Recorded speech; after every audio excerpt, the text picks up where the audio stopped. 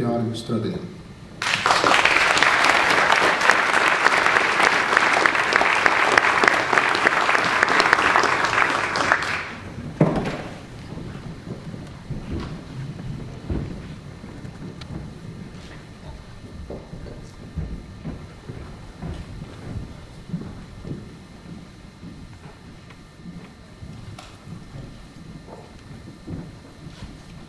Cienījamo prezidiju, cienījamie konferences dalībnieki un augstgodātais Ulmenkungs. Pēc jums, protams, ir ļoti grūti runāt, un atšķirībā no jums es gribētu sacīt tā, ka es nācu ne tik daudz ar optimismu, cik ar zināmu skepsi, jo es varbūt zināju mazāk par šo jaundibināmo politisko spēku. Un es gribētu sacīt tā, ka tā ir liela uzdrīkstēšanās uznākt uz šīs skatuves, kur ir tapusi Latvijas valsts, kādreiz tā proklamēta, un kur spēlē Žurku Kornēliju. Kad uznākt tieši šajā laikā, varētu pat sacīt teātra dienā, un skaļi deklarēt, ir tāda partija. Labi. Otrkārt, ir liela, varbūt arī uzdrīkstēšanās nosaukt sevi par jauno Latviju. Šo vārdu lietoja, ar to sevi apzīmēja Krišjāns Valdemārs, Juris Alunāns, Krišjāns Barons, Kronvaldātis, un patiesībā sakot, šī kongress, šī konference notiek Valdemāra un Kronvalda bulvāra ielas stūrī. Tas arī varbūt ir diezgan svarīgi. Es atgādināšu, kādi bija principi, ar kuriem uznāca būtībā runājot pirmā latviešu politiskā partija pirms 150 gadiem uz vēstures skatuves. Tā ir turība, augstākais princips Valdemāram bija turība, tā ir izglītība un tas ir kulturāls nacionalisms. Bet vārdu jaunā Latvija deva ne jau Krišjāns Valdemārs vai Juris Alunāns, bet to deva viņu pretinieks. Un tas bija vācu mācītājs Gustavs Braše no Bārtas, kurš sacīja tā. Bet to, kas jauno Latviju kā skaistu jaunavu redz sēžam uz klints Reinas krastā. Es sirsnīgi brīdinu no Lorelejas un no sirēnu dziedāšanas. Tie bija Brašas vārdi savā laikā, jo jaunā Vācija, tas bija Heines, Heinrich Heines vārds, sakot vārds, un to pārnes uz jauno Latviju. Bet man liekas, ka ir ļoti pareizi, ka jūs esat sanākuši un tas, ko es dzirdēju šo 2 stundu laikā, tas tiešām, es sacītu, vieš dziļu optimismu. Un tādēļ es tomēr vēlētos sveicināt visus dibinātājus un uzteikt šodien. Pirmkārt, tāpēc, ka tā ir jauna partija ar gados jauniem cilvēkiem, ambicioziem, izglītotiem, bet pagaidām vēl neizgaršojušiem varas, garšu un tādiem, kas nav pakūši kompromitēties. Un arī jūs nākiet maz pazīstami bez īpašām lokomotīvēm. Paudžu nomaiņa Latvijā ir ļoti svarīga, jo patiesībā sakot, patiešām tas jau, par ko Dainis Krieviņš runāja, šī demografiskā krīze tā mūs pavada, un tā arī jums būs ļoti rūgta. Jo vēlētājs tā pamatos ir vecs gados, un tāpēc kaut kādu maizīt, ja tās siltās tupelītes, tās čīpiņas, tās viņam būs jādod, lai jūs vispār kaut kur tiktu tālāk. Tas ir tā, teiksim. Tālāk otrs, man liekas, kas ir ļoti svarīgi, tas ir iestāšanās par ražošanas un uzņēmēju darbības veicināšanu. Patiešām tautsaimniecība Latvijai šodien, manuprāt, ir diezgan tuvu klīniskai nāvei. Un tāpēc ir vajadzīga tāda ārstu reanimātoru brigāde. Bet tikai, protams, ja šai reanimātoru brigādei kāds ļauj rīkoties. Un tas ir atkarīgs no pacienta gribas. Arī tas ir, man liekas, svarīgs motīvs. Svarīgi varbūt ir tas arī, ka jūs mēģiniet, varbūt diezgan daudz ir runāts ar Strautiņkungu, ar mēs runājam par pārstrādātāju, par pārtiks ražošanu, kas īstermiņā varētu būt viena no valsts glābēju prioritātēm, bet es saku tikai īstermiņā. Bet ļoti man patīk arī viss tas, kas te bija parādīts, zināmā mērā par valsts protekcionismu un cilvēku kapitāla veidošanās jautājumiem.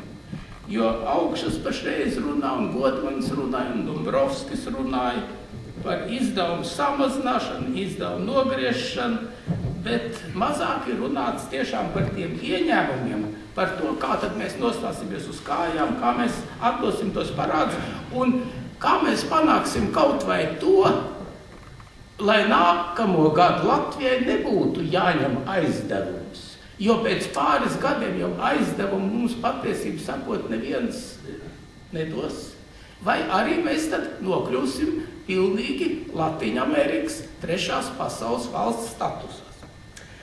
Man liekas, ka te Vjačeslavs Dombrovskis ļoti pareizi runāja par to, ka nevajadzētu aizmirst izglītības zinātni, sevišķi inovatīvās tehnoloģijas, inovatīvās produktus un attīstīt nozares, kas Latvijā perspektīvā ir tās svarīgākās. Es domāju, ka daudz svarīgākas ir tās zāles, ko varbūt mēs medikamentus taisam Organiskās sintēzes institūtā, vai vākumu pārklājumu, ko Sidraba taisa, vai jaunas ierīces, nemaz nerunājot par nekustamā īpašuma burbuli vai finanšu piramīdām, kas mūs sagrāva, bet pat svarīgāks nekā jogurts un tie produkti, kurus, varbūt aiztransportēs tad uz Krieviju vai Eiropas Savienībām, ja tas viss atdzīvosies. Tas viss, man liekas, ir skaisti, bet patiesību sakot, zinātne un izglītība visu laiku Latvijā ir bijusi tīra tāda dekoratīva prioritāte, nevis reāla prioritāte. Un ja mēs runājam par to, ko tad šodien dod uzņēmēji zinātnei, inovatīvai zinātnei, tad inovatīvai zinātnei tad viņi dod tiešām ļoti maz, daudzkārt mazāk nekā Eiropā vai tā. Patiesību sakot, Eiropas fondi un valsts fondi ir tie, kas vēl uztur šo inovatīvo zinātni pie dzīvības. Un, zināmā mērā, varbūt tas sacītais ir ļoti skaisti, un es parakstītos ar abām rokām, bet, zināmā mērā, tā ir utopija.